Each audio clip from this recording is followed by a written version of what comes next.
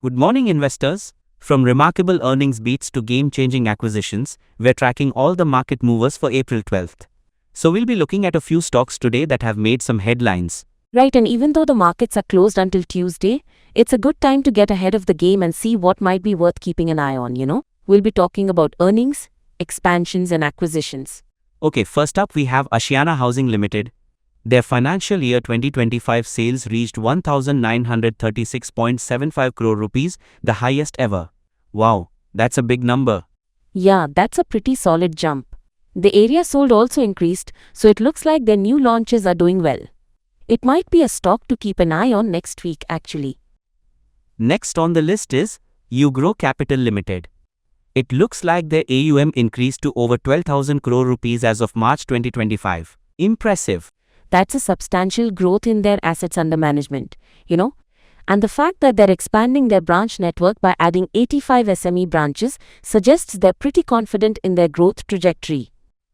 Alright, moving on. Ashoka Buildcon Limited sold a 100% stake in 16 subsidiaries.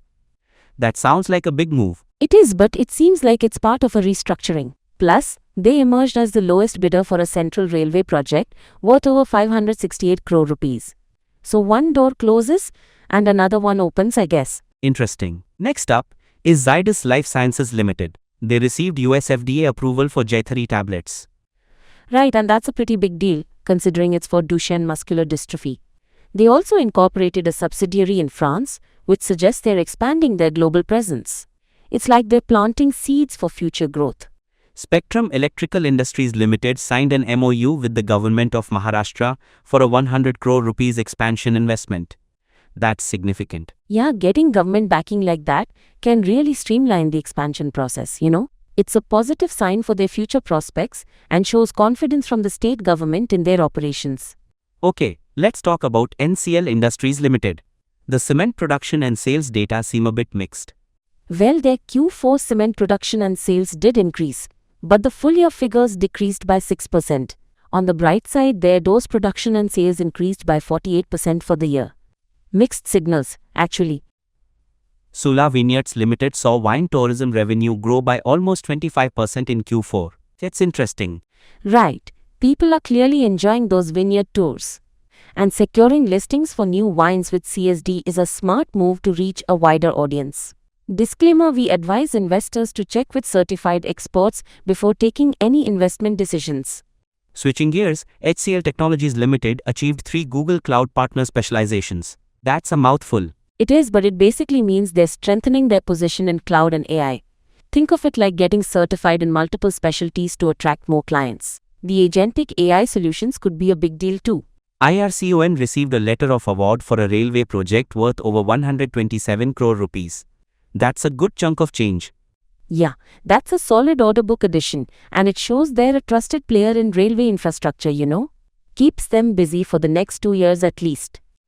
Reliance Industries Limited acquired an additional stake in Nauyaan Shipyard from Welspun Corp. More like a shipping saga. Yeah, it's like they're consolidating their hold on the shipyard. Welspun Corp still retains a stake, so it's not a complete exit actually.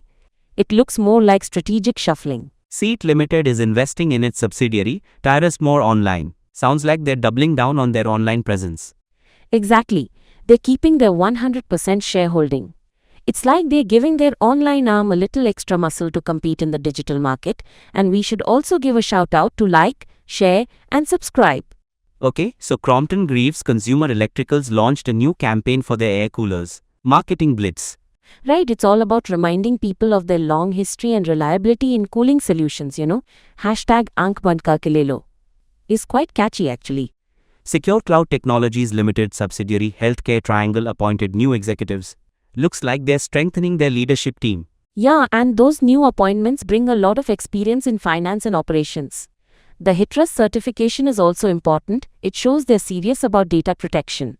Last but not least, Raymond Lifestyle Limited had a director resign. Seems like a pretty standard corporate shuffle. Right, people move on. It sounds like it's just due to other commitments, and it doesn't necessarily reflect any issues with the company itself.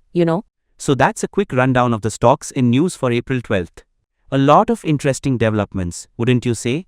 Definitely a mix of expansions, acquisitions, and new product launches. Lots of companies making moves.